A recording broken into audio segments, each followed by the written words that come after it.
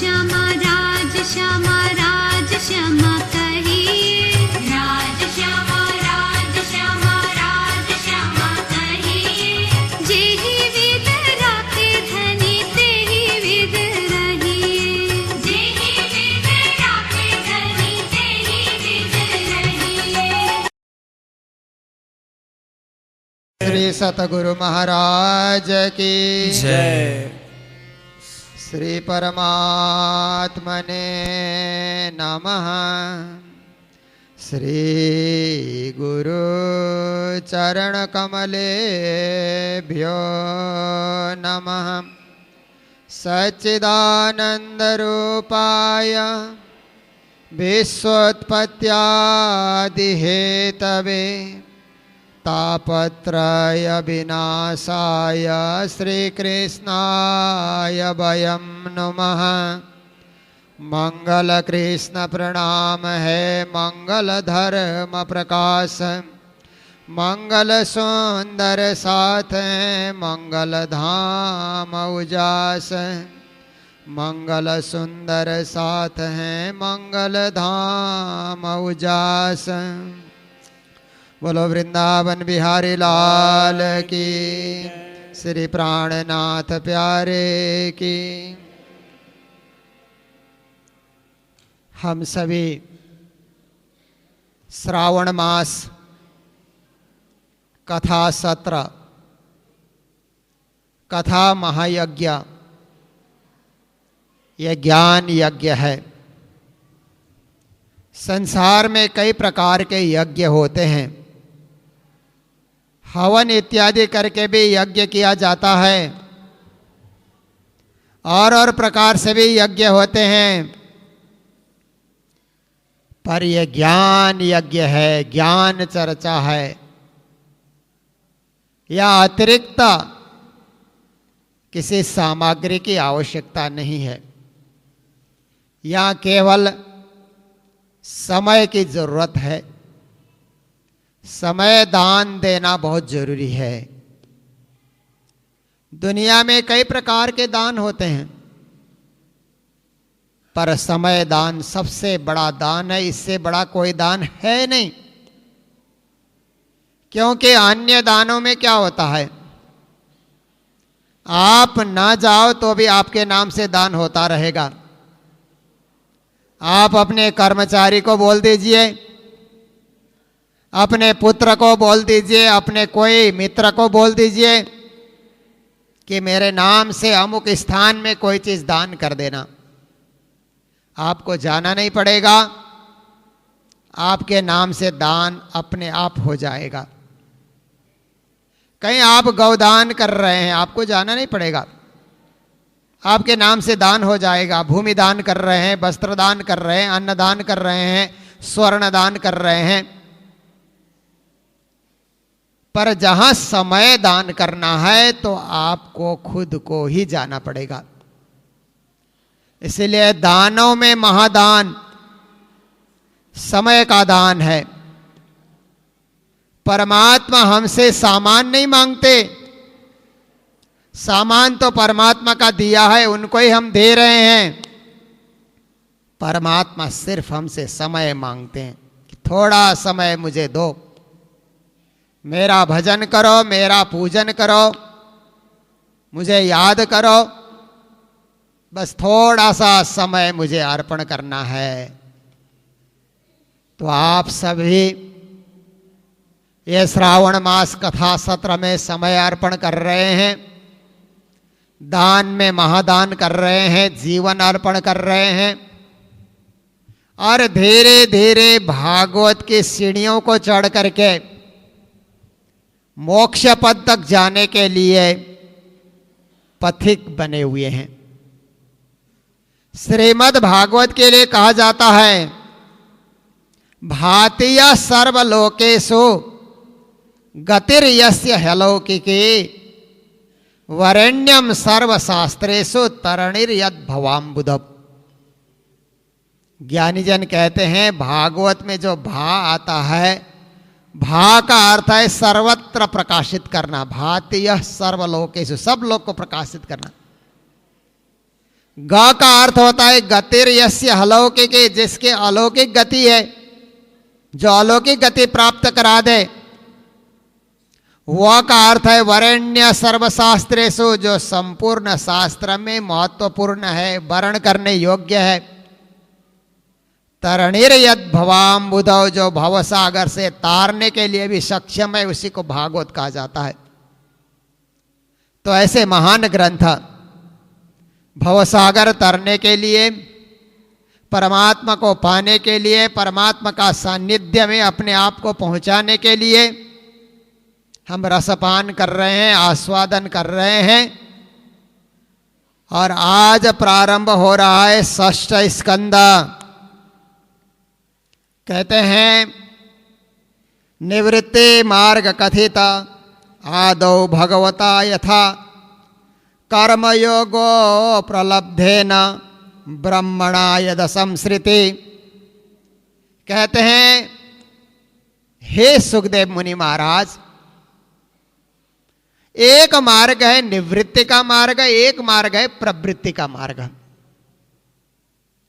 प्रवृत्ति का अर्थ होता है प्रवेश करना, प्रवृत्त हो जाना, लग जाना।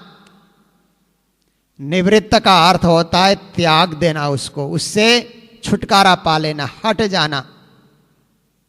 भक्ति में भी दो मार्ग हैं, प्रवृत्ति मार्ग और निवृत्ति मार्ग।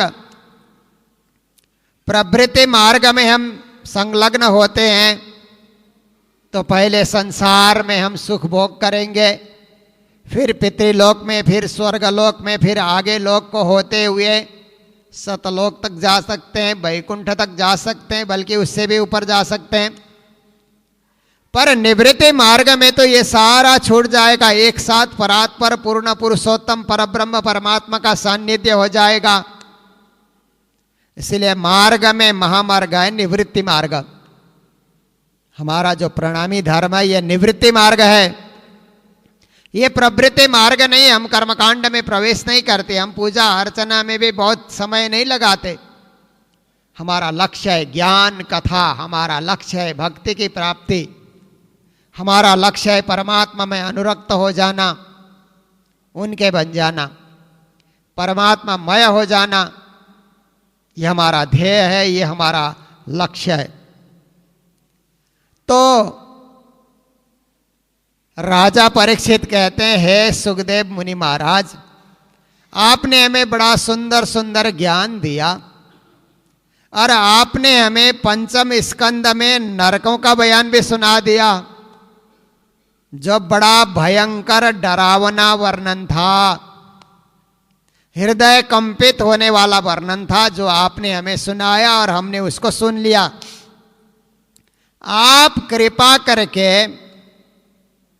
ऐसा मार्ग बताएं कि नरक जाना ही न पड़े।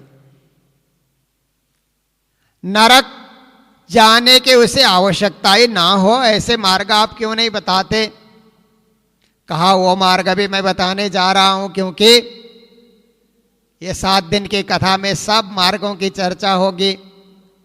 अधो मार्ग, मध्यम मार्ग, उत्तम मार्ग, सर्वोत्तम मार्ग, सब मार्ग की चर्चा होगी। तो कहते हैं मनुष्य मन, वाणी और शरीर से पाप करता है। आप सोचोगे मन से पाप कैसे होगा? मन से पाप होता है बार बार दूसरे के विषय में बुरा सोचते रहना। बार बार वो आदमी जब दिखलाई देता है तो आपके मन में ईर्ष्या की भावना, जलन की भावना, जेलेसी एक जहर है। किसी के मन में किसी के प्रति जेलेसी आ जाना, ईर्ष्या हो जाना, जलन हो जाना, ये भी एक तरह से पाप है। क्योंकि बार बार दूसरे के प्रति बुराई सोचना मानसिक पाप है, क्योंकि आपका मन किसी न किसी रूप में पाप में प्रवृत्त हो रहा है। ऐसे कहा जाता है कि कलियुग में मन का सोचा पाप नहीं लगता, पर बार बार मन को दूषित क्यों करना? इसलिए हमारे शास्त्र कहते हैं मना पूतम समाचरित, मन को पवित्र रखने की कोशिश करो। मन में किसी प्रकार की निंदा स्तुति की भावना ना आए, मन को स्वच्छ रखो, मन को पारदर्शी बनाओ, मन को ट्रांसपेरेंट बनाओ। इतना निर्मल होना चाहिए कि मन का इस छोर और उस छोर दोनों दिख जाए। तो मन का पाप भी सही नहीं है। फिर कहते हैं वाणी से पाप करना, किसी को गाली देना, ये वाणी का पाप है। जल्दी से कुछ लोगों की आदत होती है कि फटाफट गाली देने लग जाते हैं, बिना सोचे बिना समझे। अपने वचनों को अपवित्र नहीं करना चाहिए। अब परमात्मा ने हमें बोली दी है, उस बोली को हम वाणी भी बना सकते हैं, उस बोली को हम गाली भी बना सकते हैं। हम अपनी बोली को वाणी बनाएं, महावाणी बनाएं, पवित्र वाणी बनाएं, अपनी बोली को गाली न बनाएं। देखिए, कोई आपको गाली देता है तो क्या आपको अच्छा लगता है? फिर आप भी किसी को गाली देंगे तो उसको भी अच्छा नहीं लगेगा। जरा इतना तो सोचना चाहिए। दूसरा हमें अपमान करता है, हमको अच्छा नहीं लगता, हम भी किसी को अपमान करेंगे, उसको भी अच्छा नहीं लगेगा। इस प्रकार से अपने आप को पवित्र बनाया जा सकता है। और तीसरे नंबर में पाप है शरीर का पाप। शरीर से किसी का वध कर देना, शरीर से किसी की हत्या कर देना, शरीर से किसी को ठेस पहुंचाना, शरीर से किसी को थप्पड़ मारना, शरीर से किसी को लात मार देना, यह शरीर का किया हुआ पाप है। तो मानव 3 प्रकार से पाप करता है और तीनों पाप का फल भोगने के लिए उसे नरक तो जाना ही पड़ेगा। क्योंकि पूरे जन्म में कहीं ना कहीं कुछ पाप हो ही जाता है। कितना संभल करके चले, संसार का मार्ग ऐसा उबड़ खाबड़ है कि कहीं ना कहीं कोई गलती हो ही जाती है, कहीं ना कहीं कोई त्रुटि हो जाती है। पर राजा, पाप से बचना है तो एक उपाय है, जो पाप हो गए सो हो गए, आगे प्रायश्चित कर लो कि हमें इस प्रकार का पाप नहीं करना है। मन से किसी को बुरा नहीं सोचना, वाणी से किसी को गाली नहीं देना और शरीर से किसी को चोट नहीं पहुंचाना। आगे से हम नहीं करेंगे, अब से हम प्रायश्चित कर लेते हैं। ऐसा सोच करके जो मन से प्रायश्चित कर लेता है, उसको भयंकर नरक की यातनाएं भोगना नहीं पड़ेगा, क्योंकि परमात्मा उसको क्षमा कर देंगे। क्षमा सबसे बड़ी चीज है, जो मानव के पास नहीं होता है, परमात्मा के पास होता है। मानव तो क्षमा देने की कोशिश मात्र करता है, परमात्मा तो हर भूल को क्षमा कर देते हैं, पर माफी तो मांगे, उनके आगे जाकर के झुके प्रणाम करे और आगे से ऐसा नहीं होगा, इस प्रकार उनके आगे शरणागत हो जाता है। शरणागत, हम लोग जय शरणम धनी जय शरणम, ये क्या है? परमात्मा के आगे शरणागत भक्ति हम कर रहे हैं, उनके चरण शरण में हम झुक रहे हैं। तो जैसे अनेक प्रकार के रोग लग जाते हैं, पर किसी ज्ञानी को पता लग जाए कि ये खाने से ये रोग होगा, पहले से ही परहेज में रहेगा तो वो रोग उसको कभी नहीं लगेगा। इसी तरह भक्त को पता चले कि ये कर्म करने से ये पाप लगेगा, वो कर्म ही ना करे, उस कर्म के पास जाए ही ना। तो राजा कहते हैं, हे मुनि महाराज, प्रायश्चित भी कर लेते हैं, पाप हो जाने के बाद प्रायश्चित भी कर लेते हैं। प्रायश्चित करने के बाद फिर से पाप हो जाता है, उसका क्या होगा? एक बार क्षमा याचना भी कर लेते हैं कि अब से आगे ऐसा नहीं होगा, पर फिर दोबारा ऐसा हो, बार बार ऐसा हो तो उसका क्या होगा, उसकी क्या गति होगी? सुखदेव मुनि महाराज कहते हैं कि जिसने पाप होने के बाद परमात्मा के आगे प्रायश्चित के लिए प्रार्थना की, उसने पूर्ण प्रायश्चित का भाव नहीं रखा, आधा आधा होकर के, जैसे 50-50 कहते हैं ना, प्रायश्चित करना भी चाहता है, पूरा समर्पित भी नहीं है, पूरा हृदय में त्याग नहीं है, पूरा हृदय में वैराग्य नहीं है। इस तरह से आधा अधूरा होकर के जो प्रायश्चित करता है वो फिर पाप कर्म में प्रवृत्त हो जाता है। इसलिए परमात्मा के सामने सर्वथा प्रायश्चित करना चाहिए। हर प्रकार से प्रायश्चित करने के लिए पहले अपना को योग्य बनाना चाहिए। मैं योग्य हूं या नहीं, उसके परीक्षा कर लेनी चाहिए। और जब अपने को लगेगा कि हाँ मैं अब योग्य हो गया हूं, तभी प्रायश्चित के लिए बैठना चाहिए। क्योंकि भूल एक बार होती है और एक बार की भूल को माफ किया जा सकता है, पर बार बार भूल करता रहे उसकी माफी होना संभव नहीं है। इसीलिए जरा सोच करके, विवेक का प्रयोग करके परमात्मा के आगे जाकर के झुक जाना चाहिए। फिर कहते हैं परमात्मा के आगे आप झुक जाओगे, परमात्मा के बन जाओगे, तो क्या होगा? परमात्मा हर प्रकार से ज्ञान दे करके, वैराग्य दे करके आपको श्रद्धावान बनाएंगे। और इस संसार के अंतर्गत जो धर्मज्ञ होते हैं, श्रद्धावान होते हैं, तपस्वी होते हैं, ब्रह्मचारी होते हैं, इंद्रियों को दमन करने वाले, मन को स्थिर रखने वाले, और दान, सत्य, बाहर भीतर की पवित्रता, यम नियम पालन करने वाले, मन वचन कर्म से किसी को दुख न देने वाले, परमात्मा उसी को प्रियजन समझते हैं। परमात्मा उसी के हृदय में विराजमान होते हैं। इसलिए परमात्मा को हृदय में विराजमान करने के लिए बाहर भीतर की शुद्धि बहुत जरूरी है। अंतःकरण की शुद्धि जरूरी है।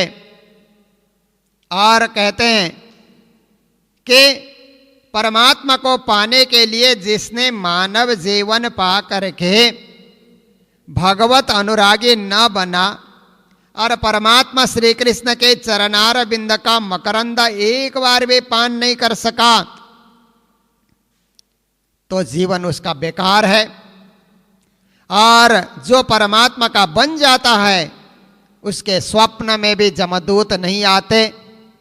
जीते जी तो नहीं आएंगे, जागते हुए तो नहीं आएंगे, स्वप्न में भी नहीं आएंगे। सुकृत मना कृष्ण पदार बिंदयो निर्वेशिता तद गुणरागी यैरिध्य। इस प्रकार से कहते हैं कि जो परमात्मा के अनुरागी बन जाते हैं उनके सामने जमदूत कभी फटकते तक नहीं है।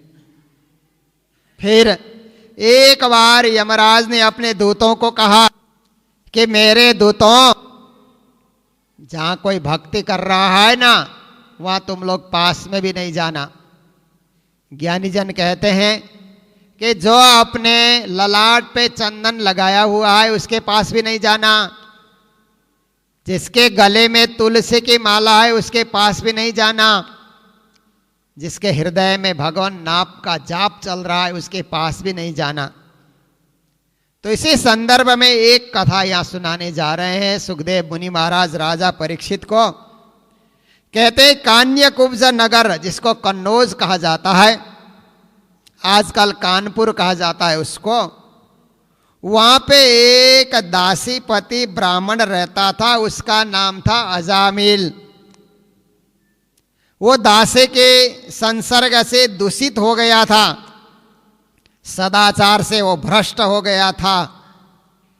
वो ब्राह्मण का पुत्र था, नैष्ठिक ब्राह्मण परिवार में जन्म हुआ था। एक दिन उसके पिता ने कहा कि बेटा अजामिल, मुझे पूजा करनी है, इसलिए जंगल में जाकर के समिधा और कुश लेकर के आना। जंगल चला गया, समिधा और कुश उसने इकट्ठा कर लिया। लौट करके आ रहा था तो मार्ग में एक नट और नटनी को उसने देखा जो नृत्य भी कर रहे हैं, हाव भाव चाल चलित्र भी कर रहे हैं, अनेक प्रकार से असामाजिक तरह के हाव भाव प्रदर्शित कर रहे हैं। अजामिल खड़ा खड़ा देखता रहा। कुछ देर तक उसने देखा, तो उसका मन भी इस प्रकार से उस नटने के प्रति आकर्षित हो गया, उस कुलटा के प्रति आकर्षित हो गया कि सोचने लगा कि मैं इसी को विवाह कर लूं और इसी के साथ मैं जीवन यापन करूं। ऐसा उसके मन में विचार आया। फिर समिधा भी वहीं छोड़ा, कुश भी वहीं छोड़ा और उस कुलटा को जाकर के अपना लिया। फिर परिवार से बहिष्कृत हो गया, परिवार से ही नहीं समाज से भी बहिष्कृत हो गया। अब चोरी करता है, बदमाशी करता है, दूसरों को ठग लेता है, बटोइये जाते हैं तो उनका धन हरण कर लेता है और सारा धन उस कुलटा के प्रसन्न करने में खर्च कर देता है। माँ बाप के पास भी जो धन था वो भी हरण करके लाया, माता पिता की सेवा भी नहीं की और उस कुलटा को प्रसन्न करने के लिए सारा वक्त लगा रहा है, सारी संपत्ति उसके प्रसन्नता के लिए खर्च कर रहा है। एक रोज वो वन में गया हुआ था, कहीं से घूमते घामते साधु की मंडली आ गई। यात्रा कर रहे थे, तीर्थ को जा रहे थे, तो संतों की मंडली शाम के बेला में देखते हैं कहाँ विश्राम करे, कोई विश्राम की कोई जगह तो हो। तो अजामिल के उस मकान के सामने साधुजन आ गए और कहने लगे आज रात्रि को विश्राम चाहिए। अजामिल तो बाहर गया हुआ था, रात्रि को लौटने वाला था। उसके पत्नी ने कहा कि आप लोग विश्राम तो कर सकते हैं, पर आप लोगों को पता है ये किसका घर है? मैं तो कुलटा स्त्री हूं, नाच गान करने वाली स्त्री हूं और हर एक व्यक्ति को यहाँ पर धन हरण करने का और उनको वशीभूत करने का इस प्रकार का कार्य यहाँ पर होता है। तो साधुजन विचार करने लगे, ओहो घर के अंदर तो हम ठहरेंगे नहीं, रात्रि हो गई, उजाला भी नहीं है। आंगन के दूर किनारे में साधुओं ने विश्राम करने का निश्चय कर लिया। रात को अजामिल भी आया, उसने पूछा कौन है? साधुजन आए हैं। साधुजनों की यहाँ क्या जरूरत है, क्यों आए साधुजन?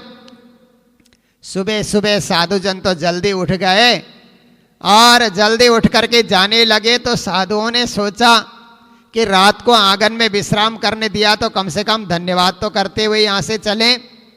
साधुओं ने कहा कि बड़ा अच्छा हुआ आपने ठहरने की जगह दी।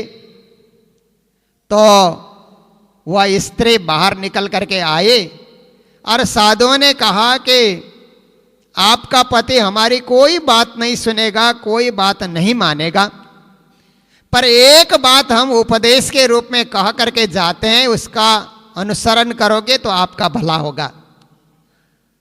आपके गर्भ से जो संतान होने वाली है बस उसका नाम नारायण रखना, नारायण नाम रखना।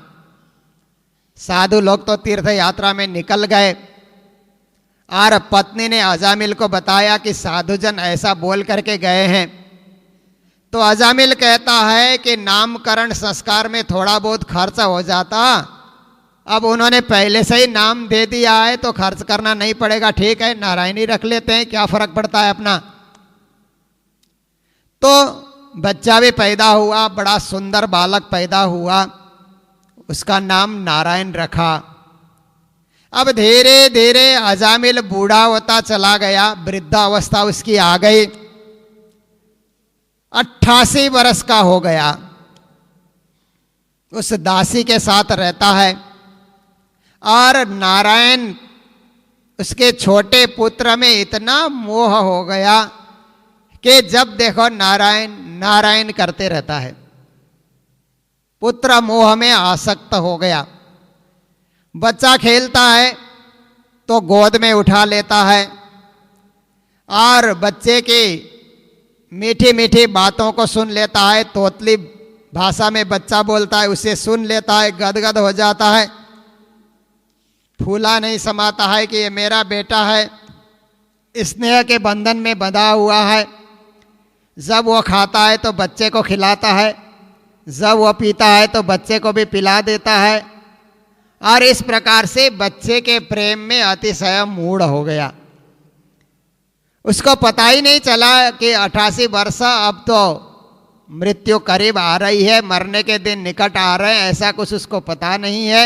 बच्चे के मुंह में अलमस्त बना हुआ है और धीरे धीरे मृत्यु उसके करीब आ पहुंचा। फिर क्या होता है कि वो अपने बालक के विषय में ही सोच रहा है, अपनी मृत्यु के विषय में नहीं सोच रहा है। मेरा नारायण ऐसे करके विचार करता है।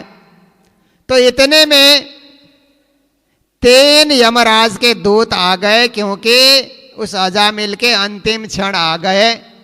तो जो पाप करता है उसको जमपुरी लेने के लिए यमदूत आते हैं, जो पुण्य करता है देवदूत आकर के उसको स्वर्ग वैकुंठ लेकर के जाते हैं। 3 यमदूत आए और आकर के वो तो लेटा हुआ था, अजामिल लेटा हुआ था।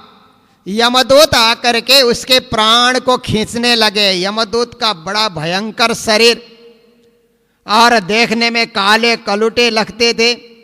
एक हाथ में फांसी भी उन्होंने ले रखी है और मुंह से टेढ़े टेढ़े हैं, उनके रोंगटे भी खड़े हुए हैं। ऐसा भयावह जमदूतों का स्वरूप देख करके अजामिल डर गया और डर करके अपने पुत्र नारायण को याद करके नारायण नारायण नारायण ऐसा करके बार बार पुकारने लगा। जब नारायण नारायण पुकारने लगा तो थोड़ी देर के बाद क्या हुआ कि बच्चा नारायण का ध्यान तो छूट गया, भगवान नारायण का स्मरण प्रारंभ हो गया। क्योंकि ये ब्राह्मण कुल में पैदा हुआ था, बचपन में इसने अपने पिता से शिक्षा पाई थी, भगवान नारायण का महामंत्र का भी इसने जाप किया था। अब पुत्र का मोह तो पता नहीं कहाँ छूट गया, प्रभु के साथ लगन लग गए। नारायण नारायण नारायण श्रीमन नारायण नारायण नारायण ऐसे करके नारायण महामंत्र का जप करने लगा। तो उसी समय भगवान नारायण के 4 दूत सुंदर स्वरूप में चतुर्भुज वाले शंख चक्र गदा पद्म किरीच कुंडल धारण किए हुए 4 दूत वहां पर तत्काल पहुंच गए और यमदूतों को कहने लगे, रुक जाओ रुक जाओ, ये भगवान का नाम भज रहा है और तुम लोग क्या कर रहे हो, छोड़ो इसको, तुम्हारा कोई हक नहीं है इसके ऊपर, इसको तो हम भगवान के धाम में लेकर के जाएंगे। तो वहां पर जमदूत कहने लगे, तुम लोग कौन हो? इस प्रकार से आज तक हमें किसी ने नहीं रोका था, हमारे तो मालिक यमराज हैं, यमराज सब पर शासन करते हैं ऐसा हमें विश्वास है, उनके भेजने पे हम आते हैं पापी लोगों को नरक ले जाने के लिए। और आज तक जितने पापियों के प्राण हमने खींचे, कोई आकर के हमें विघ्न नहीं डाला, किसी ने आकर के हस्तक्षेप नहीं किया। आप लोग हस्तक्षेप कर रहे हैं, आप अपना परिचय दो कि आप लोग कौन हैं। आपने धनुष भी ले रखा है, तरकस भी है, तलवार भी है, गदा भी है, शंख भी है, चक्र भी है, कमल भी है आपके हाथ में। तो कहने लगे, आप कोई देवता हैं या उपदेवता हैं या सिद्ध आप पुरुष हैं, कौन है आप लोग, अपना परिचय दीजिए। तो भगवान के पार्षदों ने कहा, यमदूतों, यदि तुम धर्मराज के सच्चे आज्ञाकारी हो तो कहो कि धर्म का लक्षण और धर्म का तत्व क्या होता है, बताओ। तुम किस किस लोगों को यहां से ले जाते हो, धर्मराज ने किसको ले जाने के लिए आदेश दे रखा है, किसको दंड दिया जाता है और कौन दंड का अधिकारी है, कौन दंड का अधिकारी नहीं है, ये सब तुम लोगों को पता है। जिसको नहीं दंड देना चाहिए उसको भी दंड देना, क्या यही धर्मराज ने तुम्हें सिखा रखा है क्या? यमदूत कहने लगे, पार्षदों, वेदों में जो कर्म का विधान किया गया है उसी को धर्म कहा जाता है, उसका जो पालन करता है उसे धार्मिक कहा जाता है, और उसके निषिद्ध जो कार्य करता है, वेद में बताए हुए विधान के विपरीत जो कार्य करता है उसको अधर्म कहा जाता है, उसी को पापी कहा जाता है। इसलिए हम पापी के प्राण खींचते हैं, ये अजामिल पापी है, वेद विहित धर्म से ये अलग हो गया था। इसलिए ऐसे लोगों को हम जमद्वार लेकर के जाते हैं तो उस समय जो दंड का अधिकारी होता है उसको दंड देना, ये तो यमराज का विधान है, दंड उसको मिलना ही चाहिए। क्योंकि दंड नहीं दिया जाएगा तो वो उदंड होकर के कुछ भी करता रहेगा, उसको कौन संभालेगा। कर्म का फल मिलना चाहिए और कर्म का फल भोगने में किसी को घबराना भी नहीं चाहिए। जो कर्म किया है तो उसका फल तो सामने आएगा ही। गुरुजी मंगलदास जी ने मंगल सूक्ति में लिखा है, कर्म करने में मनुष्य स्वतंत्र होता है, फल भोगने में मनुष्य परतंत्र हो जाता है। क्योंकि जमदूत उसको परतंत्र कर लेते हैं, अपने बस में कर लेते हैं। तो यहां पर जमदूत यही कहने लगे कि ये संसार में 3 प्रकार के व्यक्ति होते हैं, एक पुण्यात्मा, दूसरा पापात्मा और तीसरा मिश्रित आत्मा। पाप भी करता है, पुण्य भी कर लेता है। पुण्यात्मा जो होते हैं कभी पाप के पास जाते ही नहीं, हमेशा पुण्य, हमेशा धर्म, हमेशा सेवा, हमेशा भलाई में लगे रहते हैं। पापात्मा पाप ही करते रहते हैं। आप देखिए कितने कसाई होते हैं, गायों को कहाँ से खरीद करके ले करके आते हैं और गौवध करते रहते हैं, जानवरों का वध करते रहते हैं। कितने जानवर को मारते हैं पापात्मा। रोज पाप करना, रोज हत्याएं करना, रोज किसी न किसी को मार देना, ऐसे पापात्मा भी दुनिया में होते हैं। और कुछ लोग कभी पुण्य धर्म भी कर लेना, कभी पाप भी कर लेना, आधा आधा मिश्रित आत्मा भी होते हैं। जो पुण्यात्मा है उसके ऊपर हमारा कोई अधिकार नहीं है, जो पापात्मा है उसको हम जमपुरी में दंड देते हैं। और जो मिश्रित कार्य करते हैं उनके कर्मों को देख करके हमारे यमराज फैसला लेते हैं कि किसको कितना दंड देना है और कितना उसको पुण्य का फल भोगने के लिए उसको स्वर्ग में भेजना है। ये तो हमारे जो मालिक हैं उनका आदेश होता है, उसके हिसाब से इस संसार में चलता है। तो ये जो अजामिल है ये पापी है, एक कुलटा स्त्री के आकर्षण में ये वशीभूत हो गया था और उसने शास्त्र का ज्ञान होते हुए, अपने शील सदाचार सद्गुण सब कुछ होते हुए इसने सब कुछ गंवा दिया और ये भ्रष्ट हो गया, शूद्र के समान निर्लज्ज हो गया, शराब पीने लगा और अनेक प्रकार के मतवाले की तरह ये बुरा बुरा कार्य करने लगा। तो इस प्रकार से सारी जिंदगी इसने बुराई में बिताई है। तो ऐसे व्यक्ति जिसने न माता पिता की सेवा की, न अपने ब्राह्मण धर्म का वो पालन कर सका, तो ऐसे व्यक्ति को जमदंड ही देना चाहिए। आप लोग यहाँ हमें न रोकें, क्योंकि इसने सारा कुछ जीवन में जो किया है उसी कुलटा के प्रसन्नता के लिए किया है। कितने लोगों को लूटा, कितने लोगों को ठगा, कितने लोगों को कष्ट दिया, कितने लोगों को रुलाया इसने, और सारा कार्य जीवन में इसने अपवित्र कार्य किया है, अशोभनीय कार्य किया है, अभद्र कार्य किया है। इसलिए ऐसे पापी को तो दंड दे करके ही उसको शुद्ध किया जा सकता है।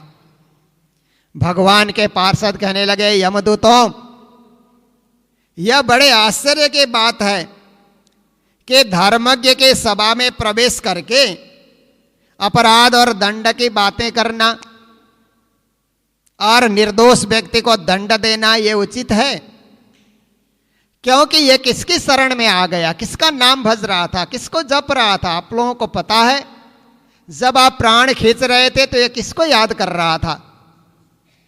अपिचेत्सु दुराचारो भजते माम अनन्य भाग साधुरेव समंतव्यो सम्यक व्यवसितो हिसा।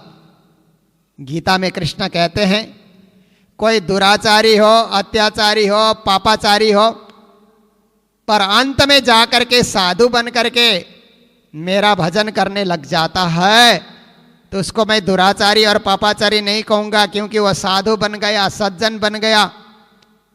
इसी तरह इसका हाल है। इसलिए ये तो अभी इसके ऊपर आप लोगों का कोई जोर नहीं चलेगा। इसने भगवान का नाम जप कर लिया है, नारायण नारायण का इसने उच्चारण किया है, इसलिए भगवान नारायण के धाम में जाने योग्य ये बन गया है।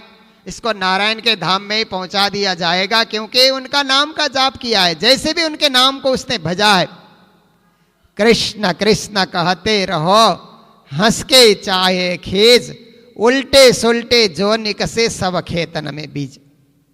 आप हंस करके कृष्ण कहो, रो करके कृष्ण कहो, दुखी होकर के कृष्ण कहो या प्रसन्नता के साथ कृष्ण कहो, कृष्ण आपने कहा है तो फल तो मिलेगा ही मिलेगा। जमीन में आप बीज डालते हैं तो कोई बीज उल्टे पड़ते हैं, कोई सीधे पड़ जाते हैं, पर समय पा करके सब उग जाते हैं, सब फलने लगते हैं, सब फूलने लगते हैं। ऐसे ही प्रभु का नाम किसी प्रकार भी किसी ने लिया हो, वो फलदायी होता है, उसका फल अवश्य मिलेगा। और इस संसार में पतित भी जो होता है, पतित से पतित भी होता है, वो भी हरि हरि ऐसा कह करके प्रभु को पुकारने लगेगा तो पापम हरति इति हरि। हरि का अर्थ क्या होता है? जो पाप को हरण करते हैं, दुख को हरण करते हैं, कष्ट को हरण करते हैं, उन्हीं को तो हरि कहा जाता है। इसलिए जब हरि को याद कर लिया तो ढेर सारी लकड़ी कहीं पर पड़ी हुई है, आग की चिंगारी लग जाए तो लकड़ी जल करके किस प्रकार से स्वाहा हो जाती है, ऐसे ढेर सारे पाप पड़े हुए हैं। प्रभु नाम की एक चिंगारी सुलगा दो, कृष्ण कृष्ण परमात्मा का नाम जपना शुरू कर दो, तो लकड़ी जलने की भांति पाप राशियां भी जल जल करके ध्वस्त हो जाती हैं।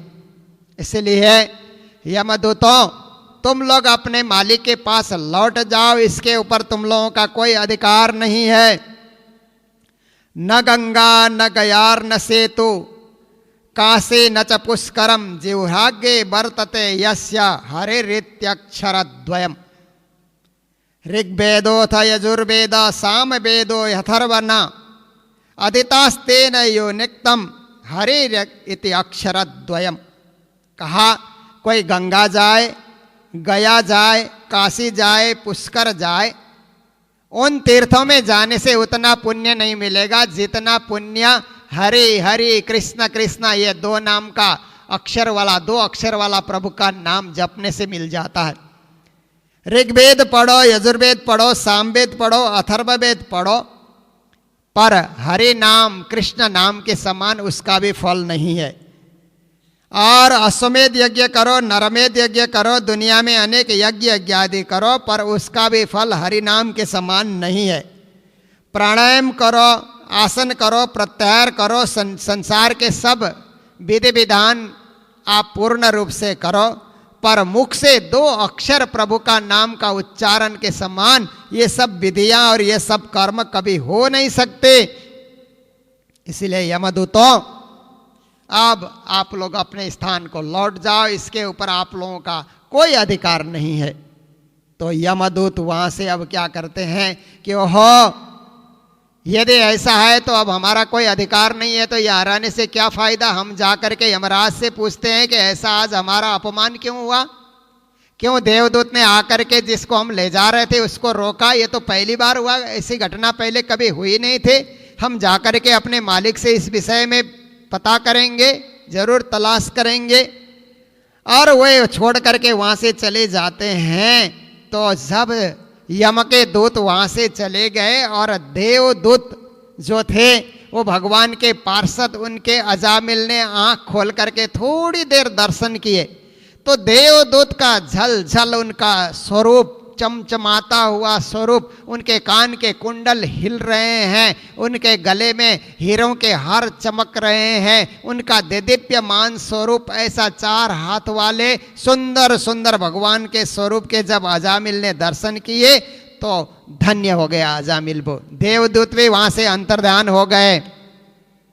अब अजामिल मन ही मन विचार करने लगा, हो मैंने कितने पाप किए, पर इस जन्म का संस्कार तो नहीं होगा, पूर्व जन्म का कुछ संस्कार होगा कि मेरे सामने वो काले काले जम के दूत आकर के मेरे प्राण को खींच रहे थे। किसने आकर के मुझे बचाया? वो कौन थे जिन्होंने जमपुरी जाने से मुझे रोका? बार बार उनका ध्यान करने लगा, मन ही मन सोचने लगा, मैं कैसे इंद्रियों का दास बना, एक दासी के गर्भ से मैंने बालक उत्पन्न किया और उसको मैं याद करता रहा नारायण नारायण करके। प्रभु नारायण को मैंने भुला दिया। मैं कितना पापात्मा हूँ, मैं कितना कलंकित हूँ। मैंने अपने कुल में भी कलंक का टीका लगा दिया। हाय हाय, मेरी पत्नी पहले की विवाहित पत्नी सती के समान थी, उसको मैंने ऐसे ही त्याग दिया और इस कुलटा को अपना लिया। उसका परित्याग मैंने किया और इसके साथ बैठ करके मैं शराब भी पीता रहा। मेरे बूढ़े माँ बाप कितना मुझसे प्यार करते थे, बेटा बेटा कहा करके बार बार मुझे स्मरण करते थे।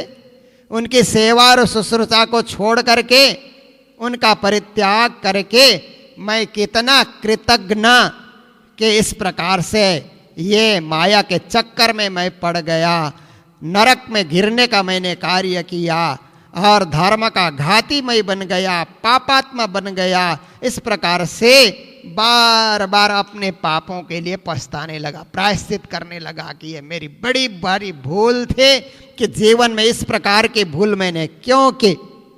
थोड़ी देर विचार करता है, क्या मैंने स्वप्न देखा कि जो पुरुष मेरे सामने आए दो प्रकार के, वे अब अदृश्य हो गए। क्या ये कोई स्वप्न था? कहता ये स्वप्न नहीं था, ये जागृत अवस्था में ही मैंने अनुभव किया है। अभी अभी पहले वाले आए फांसी का फंदा लेकर के, वे चले गए और दूसरे आए मुझे छुड़ा लिया। ऐसे बार बार वो विचार करता है कि नारायण भगवान का नाम कितना मंगलकारी है, कि और कुछ मैंने साधना नहीं की, बस मेरी लगन नारायण में लग गई, प्रभु में मेरी लगन लग गई और प्रभु ने अपने दूत मेरे पास भेज दिया। प्रभु की कितनी बड़ी कृपा है, कितनी बड़ी दया है मेरे ऊपर। मैंने जीवन में संतों का संगत किया होता, प्रभु का नाम अच्छी तरह जप लिया होता तो और कितना भारी मेरा सम्मान होता। अजामिल अपने मन में ये सब बातें विचार कर रहा है और उस समय उसके मन में तीव्र वैराग्य भी हो गया। उसने सोचा जो थोड़े से समय जीवन के बचे हैं, अब प्रभु का नाम जपते हुए बिता देना चाहिए। ये परिवार में, ये दासी के पास, ये पुत्र नारायण के पास, ये मोह बंधन में मुझे अभी एक पल भर भी नहीं रहना चाहिए। इतना तीव्र वैराग्य हो गया।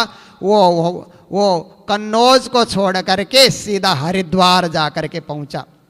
और हरिद्वार तो देव स्थान है, मंदिर और आश्रम वहाँ पर बने हुए हैं, अनेक प्रकार की सुंदर व्यवस्था है। अपने इंद्रियों को भी बस में कर लिया, मन को भी उसने अपने काबू में कर लिया, बुद्धि को भी अपने बस में कर लिया। आत्मचिंतन में वो संलग्न हो गया, परब्रह्म परमात्मा के ध्यान में एकाकार हो गया। जो प्रकृति से परे रहते हैं, ऐसे परब्रह्म परमात्मा को याद करके हे प्रभु, गंगा के तट पर बैठा हुआ है और प्रभु प्रभु आपने मुझे बचा लिया भयंकर यम यातना से। हे प्रभु, आपके नाम ने मुझे बचा लिया, क्योंकि राम न सकहि नाम गुण गाई। कहते हैं उस नाम में कितनी शक्ति है, प्रभु राम को भी नहीं पता। तो ऐसे प्रभु नाम की बड़ी भारी महिमा है। प्रभु के नाम ने मुझे बचा लिया, ऐसा सोच करके वो क्या है, गंगा के तट पे बैठा हुआ था। उन चारों पार्षदों को भी बार बार याद करता है। इस प्रकार से भगवान के पार्षदों को याद करते हुए गंगा किनारे बैठा था और नारायण नारायण का उच्चारण कर रहा था। गंगा स्नान करके पवित्र हो गया था, उसके सारे पाप ताप संताप धुल गए और थोड़ी देर में उसके प्राण निकल जाते हैं। और वही चार जने देवदूत आकर के उसके प्राण को लेकर के वैकुंठ धाम में पहुंच जाते हैं। बोलो कृष्ण कन्हैया लाल की। तो इस प्रकार से सुखदेव मुनि महाराज राजा परीक्षित को समझाते हैं कि देखो, एक पापी अपने अशुभ कर्म में पड़ा हुआ भूल से भी परमात्मा का नाम जपना प्रारंभ किया, तो पहले तो क्या होता है कि आप अंधविश्वास में ही परमात्मा का जाप शुरू करो, वो भी विश्वास में बदल जाता है। कभी कभी लोग कहते हैं ना, भक्ति का मार्ग अंधविश्वास है। अंधविश्वास में आप भक्ति कर लो, वो भी विश्वास में बदल जाएगा, क्योंकि सत्य सत्य है। किसी रूप में भी उसका आप प्रयोग करो, सत्य कभी झूठ नहीं हो सकता है। परमात्मा परमात्मा ही है, वो कभी परमात्मा किसी को निरादर नहीं करते हैं। उनका भजन किया है तो परमात्मा अवश्य ही अपने चरणों में उसको बुला लेते हैं। तो इस प्रकार से भगवान नाम की बड़ी भारी महिमा है, और इस प्रकार से वह प्रभु के चरणों में चला गया, भगवान का नाम जपता हुआ। इधर यम के दूत क्या करते हैं, यमराज के पास पहुंच जाते हैं। फिर कहते हैं, महाराज आज एक ऐसी घटना हुई कि देवदूतों ने आकर के उस पापी को लाने से मना कर दिया। अब आपका विधान क्या कहता है, किसको लेकर के आए, किसको न लाएं, किसको दंड देना चाहिए और किसको छोड़ देना चाहिए। हम तो असमंजस में पड़ गए। अब जहाँ भी हम किसी पापी को लेने जाएंगे तो हो सकता है वहाँ भी देवदूत पहुँच जाएं। इसलिए आप कहिए प्रभु, आप हमारे मालिक हैं, आप शासक हैं। हम तो इतना ही जानते हैं कि काल का शासन सारे विश्व में है और काल के देवता आप हैं, तो आपका ही सर्वत्र शासन चल रहा है ऐसा हमने सोचा था। पर आपके शासन के ऊपर और कोई शासन कर रहा है ऐसा मुझे लगा। हम लोगों का ऐसा आभास हुआ कि आपके ऊपर भी और कोई बैठा हुआ है। तो यमराज कहते हैं, अरे दूतों, तुम लोगों को पता नहीं है, तुम लोगों ने मुझे ही देखा है, पर जगत के स्वामी तो मेरे से ऊपर हैं, जो इस संसार के अंतर्गत ब्रह्मा विष्णु शंकर सत रज तमगुण उत्पत्ति स्थिति लय इन सबसे परे एक परम सत्ता बैठा हुआ है। वो सबके ऊपर शासन करता है। उसको पहचानने की आवश्यकता है, उसे जानने की आवश्यकता है। बाकी त्रिदेव तो अपना कार्य करते हैं। ब्रह्मा जी का कार्य है जन्म देना, विष्णु भगवान का कार्य है पालन करना, शिव जी का कार्य है संहार करना। पर इन तीनों से ऊपर मुक्ति देने वाले परमात्मा तो अलग ही बैठे हुए हैं। जैसे गीता के 18 अध्याय के 66वें श्लोक में कृष्ण ने क्या कहा, सर्वधर्मान परित्यज्य माम एकम शरणम ब्रज अहम त्वा सर्व पापेभ्यो मोक्षयिष्यामि मा शुचा। हे अर्जुन, जगत के सारे धर्मों का परित्याग करके तू मेरे शरण में आ जा। तू मेरे शरण में आएगा, मैं तुझे पवित्र करूंगा और मुक्ति दूंगा। मुक्ति मेरे हाथ में और किसी के हाथ में मुक्ति है नहीं, मैं मुक्ति का देवता हूं। तो यही चीज यमराज अपने दूतों को बताने लगे। कहते, मैं इंद्र निरति वरुण चंद्रमा अग्नि शंकर वायु सूर्य ब्रह्मा बरा आदित्य विश्वदेवता 8 वसु साध्य 49 मरुत सिद्ध 11 रुद्र और रजगुण तमगुण रहित भृगु आदि प्रजापति बड़े बड़े देवता, ये सब जो हैं उनके अधीनस्थ हैं, उनके अधीन कार्य करते हैं। तप बल रचहि प्रपंच विदाता तप बल विष्णु सकल जगत त्राता तप बल शंभु करहि संहारा तप बल शेष धरई मही भारा। ये सब देवता उस परब्रह्म की तपस्या करके संसार का भार उठाते हैं।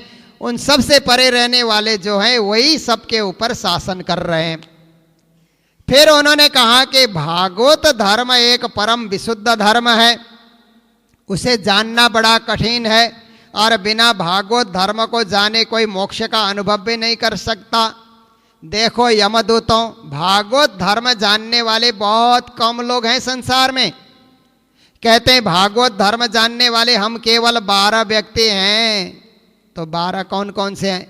कहते हैं एक तो ब्रह्मा जी हैं जो भागवत धर्म को जानते हैं, दूसरे नारद जी हैं, शंकर भगवान जानते हैं, सनत कुमार जानते हैं, कपिल देव जानते हैं, स्वयंभुव मनु जानते हैं, प्रहलाद जानते हैं, राजा जनक जानते हैं, भीष्म पितामह भागवत धर्म को जानते हैं, राजा बलि जानते हैं और सुखदेव मुनि महाराज भागवत धर्म को जानते हैं और मैं धर्मराज। एक ही व्यक्ति हैं। जब पापियों को सजा देते हैं तो यमराज उनका नाम होता है। जब धर्मियों को पुण्य का फल देते हैं तो उनको ही धर्मराज कहा जाता है। व्यक्ति एक ही है। पापियों को सजा देना होता है तो काला वस्त्र धारण करते हैं। जैसे आपने कोर्ट में देखा होगा ना, जज लोग, वकील लोग काला एक गाउन पहनते हैं ना सजा देने के लिए। तो यमराज भी दंड देने के लिए जब बैठते हैं तो वो काला वस्त्र धारण करते हैं, दंड देना है। और धर्मियों को पुण्य का फल देना है तो श्वेत वस्त्र धारण करते हैं। जब श्वेत वस्त्र धारण करते हैं धर्मराज, और जब काला वस्त्र धारण करते हैं यमराज, उनको कहा जाता है एक ही व्यक्ति। पर वो इतने महान है, कहते हैं मैं भी भागवत धर्म को जानता हूं क्योंकि 12 जन्मों में मेरा भी नाम आता है। और अजामिल पापी था, मृत्यु के पास में पड़ा हुआ था, परंतु नारायण का नाम जप करने से वो पवित्र हो गया। इसीलिए जहां कोई मृत्यु की घड़ी में कोई भगवान का नाम जप रहा है वहां जाना नहीं, तुम लोग उनके पास जाना ही नहीं। मृत्यु की घड़ी में परमात्मा को याद कर रहा है। देखिए जीवन भर हमने क्या किया उसका कोई विशेष अर्थ नहीं होता, मरते समय हम क्या कर रहे हैं उसका अर्थ होता है। साल भर विद्यार्थी पढ़ता है उसका कोई विशेष अर्थ नहीं होता। एग्जाम के समय में क्या लिख रहा है मार्क्स उसी पे मिलता है, साल भर की पढ़ाई पे नहीं मिलता। परीक्षा के दिनों में पेपर में क्या लिख रहा है उसका विशेष महत्व होता है। ऐसे ही मरते समय हम क्या कर रहे हैं, मरते समय मृग को याद कर रहे हैं। राजा भरत की कथा आपने सुनी, और मरते समय पत्नी को याद कर रहा था, पुरंजन की कथा आपने सुनी, और मरते समय नारायण को याद किया। देखिए हम मरते समय क्या करते हैं, जीवन भर तो अभ्यास कर रहे हैं हम कि हमारा मरते समय में परमात्मा में ध्यान लग जाए, परमात्मा की भक्ति हो। इतना तो करना स्वामी, जब प्राण तन से निकले गोविंद नाम मुख में, जब प्राण तन से निकले। परमात्मा से हम यही प्रार्थना करें कि हे परमात्मा जब प्राण निकलने लगे तो आपका नाम का उच्चारण हो, गोविंद गोविंद श्री कृष्ण गोविंद हरे मुरारे। इस प्रकार से परमात्मा का नाम नाथे ते नामानि मुहुर बदंते, परमात्मा का नाम उच्चारण होता रहे। राज राज श्यामा श्यामा कृष्ण कृष्ण, इस तरह से हमारे मुख से परमात्मा का नाम का उच्चारण हो तो उस समय जमदूत हमारे पास कभी आएंगे भी नहीं, देखेंगे भी नहीं। श्री राज्य पूर्ण ब्रह्म परमात्मा का हुक्म आ जाएगा। हुक्म द्वार खोलिया, लिया अपने हाथ हुक्म, राज्य का हुक्म आकर के हमको उठा करके ले जाएगा। इसलिए कहते हैं कि बड़े बड़े विद्वान जो है भगवान की माया से मोहित हो जाते हैं। कभी मीठे फलों का वर्णन करते हैं, अर्थवाद रूपिणी वेद वाणी में भी मोहित हो जाते हैं, यज्ञ यज्ञादि कर्म भी करने में संलग्न हो जाते हैं।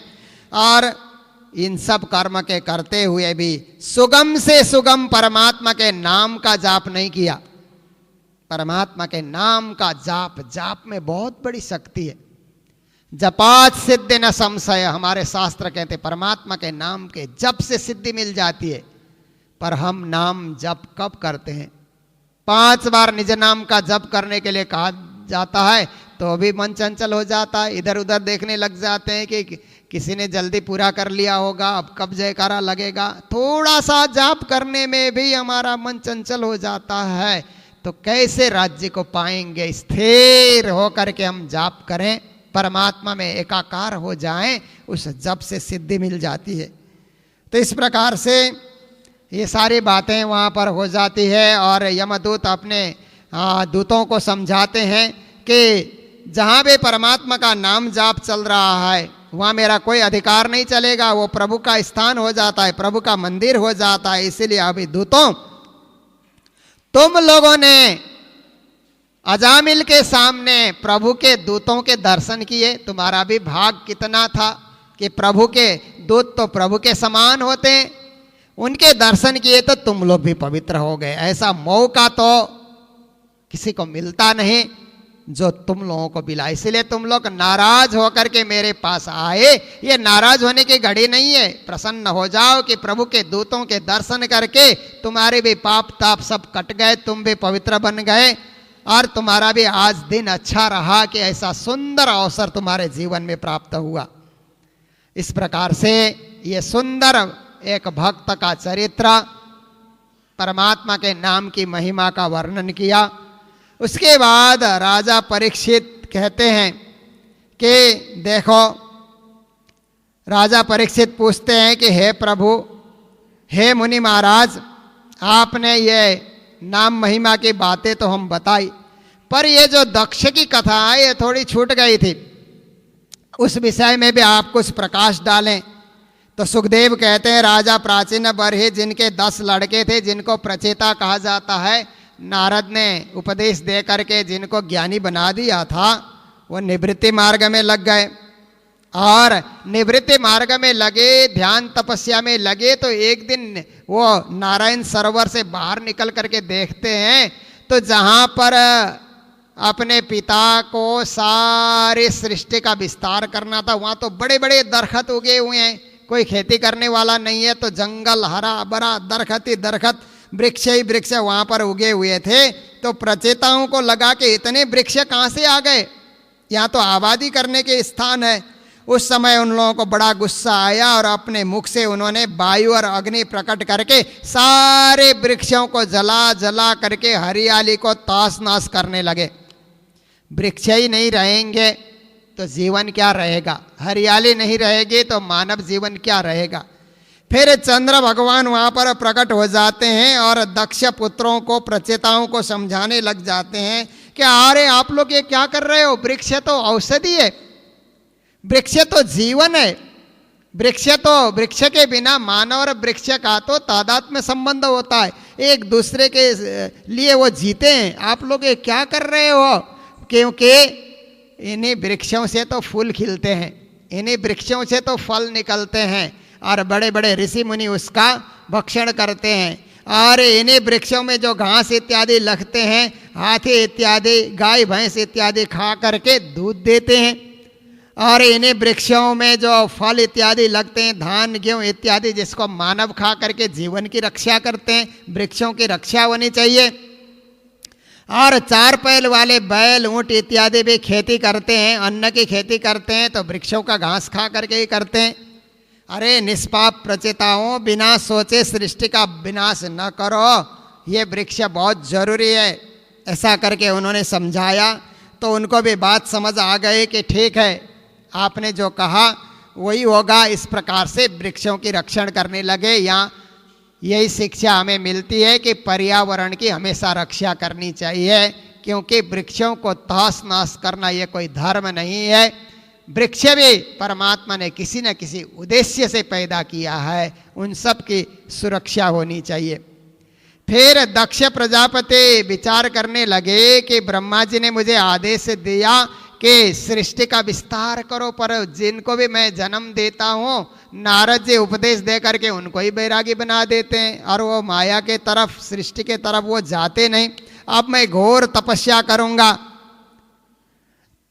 तो अधमर्षण ये नाम के एक विंध्याचल पर्वत के पास एक तीर्थ क्षेत्र था, वहाँ जा करके बड़ी तपस्या करने लगा, परमात्मा से प्रार्थना करने लगा कि मुझे सृष्टि के लिए शक्ति चाहिए। आप तो ईश्वर हैं, आप मालिक हैं, सर्वगुण संपन्न है, हे प्रभु मुझे शक्ति दें। ऐसा करके घोर तपस्या करता रहा। तो उसके तपस्या से प्रसन्न हो करके भगवान वहाँ प्रकट हो गए और कहने लगे, अरे दक्ष, क्या चीज़ की आवश्यकता है, तू इस प्रकार से घोर तपस्या क्यों कर रहा है। तो उन्होंने कहा कि सृष्टि का विस्तार करना है, आपका आशीर्वाद चाहिए, हर प्रकार से संतान का विस्तार हो, ब्रह्मा जी का आदेश है। तो भगवान ने कहा ठीक है, ये पंचजन प्रजापति की कन्या है आशिकनी, इसको ग्रहण करो और इसके द्वारा संतान की उत्पत्ति करो, हमारा आशीर्वाद है, हमारा वरदान है। फिर उन्होंने उसके साथ विवाह किया। तो संतान विस्तार के लिए 10,000 संतान उन्होंने उनके द्वारा जन्म दे दिए। 10,000, आज कोई विश्वास भी नहीं कर सकता, पर श्रीमद् भागवत में लिखा हुआ है। 10,000 पुत्र पैदा हो गए। तो पहले तो अभी ब्रह्मचर्य जीवन यापन करते हैं, विद्या अध्ययन करते हैं। विद्या अध्ययन करते हुए 10 के 10,000 ये भी नारायण सरोवर पहुंच गए और घूमते घामते वहाँ भी नारद जी आ गए। नारद जी देवर्षि ने आकर के इनको भी समझाना प्रारंभ किया कि हर्षो, ये जीवन क्षण भंगुर है, इसको संसार में, माया में इसको लिप्त नहीं करना चाहिए। भगवत भक्ति से बढ़कर के और कुछ नहीं है, माया बहुरूपिणी है, इसके पीछे नहीं पड़ना चाहिए। ऐसा करके देवर्षि नारद जी उनको ज्ञान देने लगे, उपदेश देने लगे, हर प्रकार से ब्रह्म प्राप्ति का साधन बताने लगे और 5 तत्व 25 प्रकृति के इस शरीर से विरक्त होने की बातें करने लगे। ये काल चक्र से बचने के लिए परमात्मा की भक्ति, परमात्मा के नाम जाप, ये सभी सबसे उत्तम कार्य है। तो 10,000 प्रचेताओं के जो लड़के थे वो भी नारद जी की परिक्रमा करके त्याग तपस्या के मार्ग में चले गए। तो दक्ष देखता है, ओहो ये नारद तो ब्रह्मा जी का मानसिक पुत्र है, पर हमारी सृष्टि को तो सब भक्ति मार्ग में लगा रहा है। सब भक्ति करेंगे तो संसार का संचालन कौन करेगा, संसार का प्रजा का विस्तार कौन करेगा। फिर उसने दोबारा सोच करके 1,000 और बच्चे जन्म दिए। वे 1,000 भी पहले तो पढ़ना ही पड़ता है, विद्या अध्ययन करना ही पड़ता है। बिना विद्या अध्ययन करे तो गृहस्थ जीवन में कोई प्रवेश करेगा नहीं, क्योंकि शास्त्रों का, वेदों का उपदेश है ब्रह्मचर्य, गृहस्थ, वानप्रस्थ, संन्यास। पहले ब्रह्मचर्य तो पढ़ने पढ़ाने का जो उम्र है उसको ब्रह्मचर्य कहा जाता है, स्टूडेंट लाइफ। गृहस्थ मैरिड लाइफ। फिर वानप्रस्थ का अर्थ होता है रिटायर्ड लाइफ। फिर संन्यास्त है रिनाउंसिएशन, त्याग तपस्या में लग जाना। ये वैदिक धर्म है, वैदिक आश्रम इसको कहा जाता है। भारतीय परंपरा में 4 आश्रम को अपनाया जाता है। तो इन बच्चों को भी ब्रह्मचर्य शिक्षा अर्जन के लिए इनको भी भेज दिया गया और घूमते घामते ये भी नारायण सरोवर पहुंच गए और फिर तपस्या में लग गए। नारद जी फिर भी वहाँ पहुंच गए और उनको भी नारद जी शिक्षा देने लगे। जीवन क्षण भंगुर है, इसीलिए माया के कार्य में फंसना नहीं चाहिए, प्रभु भक्ति करके जीवन को उत्तम बनाना चाहिए। वे भी अब नारद के उपदेश में आकर के सृष्टि के तरफ तो नहीं, भक्ति के तरफ जब आकर्षित हो गए तो दक्ष प्रजापति को बड़ा गुस्सा आया नारद पे और वो गुस्से में बोलने लगा, अरे दुष्ट, झूठ मूठ में तुमने साधु का बाना पहन रखा है, मेरे भोले भाले बालकों को तुम भुला रहा है और इनको ब्रह्मचर्य की शिक्षा दे करके इनको संन्यास्त बना रहा है। ये सृष्टि का कार्य नहीं करेंगे तो दुनिया का विस्तार कैसे होगा। तो हर प्रकार से खुद तो सृष्टि में नहीं पड़ा और दूसरे को भी वही मार्ग दिखा रहा है, तेरे को मैं श्राप देता हूं। ऐसा करके नारद को खरा खोटा सुनाने लगा। नारद तो एक ज्ञानी पुरुष थे, भगवान के भक्त थे, कोई उनको बुरा कहे कोई उनको अच्छा कहे उनको कोई फर्क नहीं पड़ता था, क्योंकि महापुरुषों को किसी के शब्द का कोई विशेष प्रभाव नहीं पड़ता है। तो कटु कटु वाक्य सुना रहा है और नारद जी सुनते रहे। तो उसने अंत में कहा कि मेरा श्राप है तुझे, जाओ लोक लोकांतर में भटकते रहो और कहीं भी तुम्हारे लिए ठहरने की जगह नहीं होगी, घूमते ही रहोगे तुम। ऐसा श्राप दिया। तब से नारद जी कहीं भी ठहर नहीं सकते हैं, एक जगह जाते हैं फिर दूसरी जगह जाते हैं, उनका अपना आश्रम भी नहीं है, अपना तीर्थ भी नहीं है। दक्ष का श्राप लगा और नारद जी हर जगह भटकते रहते हैं, घूमते रहते हैं। नारद का अर्थ क्या होता है? जो ना रद्द, जिनके बात को कोई रद्द नहीं कर सकता, ऐसे परम ज्ञानी, परम पुरुष, परम भक्त जिन्होंने नारद भक्ति सूत्र की रचना की है। नारद भक्ति सूत्र में कृष्ण भक्ति के ज्ञान के बड़े बड़े सूत्र वहां पर लिखे गए। ऐसे परम भक्तों को श्राप दिया, पर उस श्राप का कोई विशेष असर नहीं हुआ।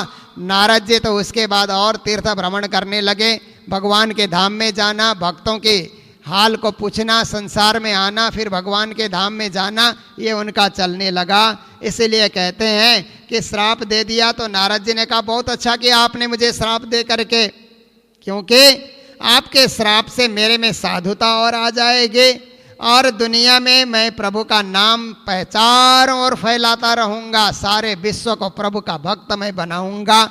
इसलिए आपका श्राप व्यर्थ नहीं जाएगा, फलदायी होगा। ऐसा नारद ने उसका भी शुभ अर्थ लगा लिया। इस प्रकार श्रीमद् भागवत की कथा आज का प्रसंग यहाँ आकर के पूर्ण होता है। ये षष्ठ स्कंद की कुछ कथाएं और बची है। ये बृहस्पति देवताओं से नाराज हो जाते हैं। दक्ष ने फिर बाद में जब पुत्रों से संतान उत्पत्ति नहीं हुई तो 60 कन्याओं को जन्म देता है दक्ष, और कन्याओं के द्वारा फिर ऋषि महर्षियों के द्वारा सृष्टि का विस्तार कर लेता है दक्ष। ये प्रसंग भी है। और इसके बाद और सुंदर सुंदर बत्रासुर का प्रसंग और भी बहुत सारे प्रसंग हैं जिनको हम कल सुनेंगे। नित्य प्रति सुन रहे हैं और हमारा लक्ष्य है कृष्ण को सुनना, हमारा लक्ष्य है कृष्ण को पाना, हमारा लक्ष्य है परमधाम जाना। उस लक्ष्य में जरूर हम आरूढ़ होंगे, जरूर हम पहुंचेंगे और अपने लक्ष्य से कभी विमुख नहीं होंगे। इन्हीं शब्दों के साथ आज की कथा को जय जयकार करते हुए विश्राम दे रहे हैं। बोलो कृष्ण कन्हैया लाल की, बोलो सतगुरु महाराज की।